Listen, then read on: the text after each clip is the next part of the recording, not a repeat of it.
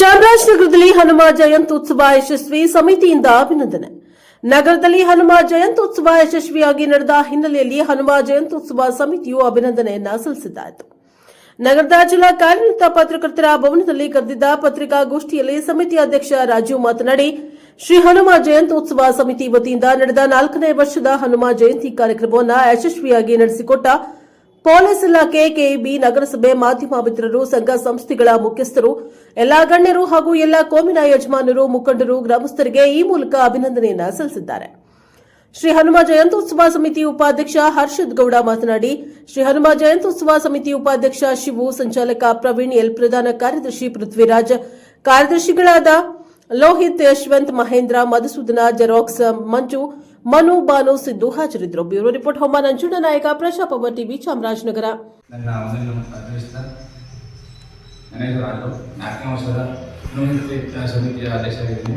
ಇವರು ಹರ್ಷದ್ ಗೌಡ ಅವರು, ಇವರು ಉಪಾಧ್ಯಕ್ಷರು, ಇವರು ಜಿಲ್ಲಾ ಪ್ರಧಾನ ಕಾರ್ಯದರ್ಶಿಗಳು ಪೃಥ್ವಿರಾಜ್ ಅವರು, ಇವರು ಶಿವ ಅವರು ಉಪಾಧ್ಯಕ್ಷರು ಹಾಗೂ ಮಂತ್ರ ಅವರು ಕಾರ್ಯದರ್ಶಿಗಳು, ಅವರು ನಮ್ಮ ಯಶವಂತ್ ಅವರು ಅವರು ಕೂಡ ಕಾರ್ಯದರ್ಶಿ ಪ್ರವೀಣ್ ದೇವಸಂಕರ್ ಅವರು, ಮಂಜು ಅವರು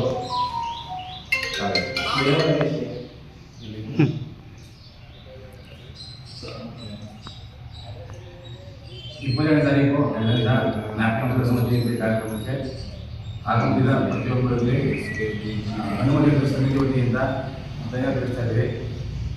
ಹಾಗೂ ಈ ಕಾರ್ಯಕ್ರಮ ಅತ್ಯಂತವಾಗಿ ಯಶಸ್ವಿಯಾಗಲು ಕಾರಣವಾದಂಥ ಗಣ್ಯ ವ್ಯಕ್ತಿಗಳು, ಮುಖಂಡರುಗಳು, ಯಜಮಾನರುಗಳು, ಗ್ರಾಮಸ್ಥರು, ಸಮಸ್ತ ಭಕ್ತಾದಿಗಳಿಗೆ ಸಮಿತಿ ವತಿಯಿಂದ ಧನ್ಯವಾದ ತಿಳಿಸ್ತಾ ಇದ್ದೀವಿ.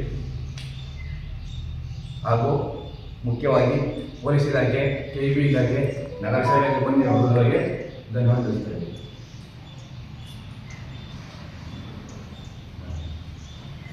ಹಾಗೆ ಮುಖ್ಯವಾಗಿ ನಮ್ಮ ಸುತ್ತಮುತ್ತ ಇರುವಂಥ ಜಿಲ್ಲೆ ಏನಿದೆ, 4 ಜಿಲ್ಲೆಗಳಿದೆ, ಎಲ್ಲ ಜಿಲ್ಲೆಗಳಿಂದಲೇ ಏನು ಹನುಮ ಭಕ್ತರಿದ್ದಾರೆ ಎಲ್ಲರೂ ಭಾಗವಹಿಸಿ ಈ ಕಾರ್ಯಕ್ರಮವನ್ನು ತುಂಬ ಯಶಸ್ವಿಗೊಳಿಸಿದ್ದಾರೆ. ಎಷ್ಟು ಯಶಸ್ವಿ ಅಂತಂದರೆ ಕಳೆದ 3 ವರ್ಷಕ್ಕಿಂತ ಈ ವರ್ಷ ತುಂಬ ಅದ್ದೂರಿಯಾಗಿ ಯಶಸ್ವಿಗೊಂಡಿದೆ. ಹಾಗೆ ಜನಸಂಖ್ಯೆ ಆಗಿರ್ಬೋದು ಎಲ್ಲ ಕೂಡ ತುಂಬ ಅತಿ ಹೆಚ್ಚಾಗಿ ಸೇರಿದ್ರು.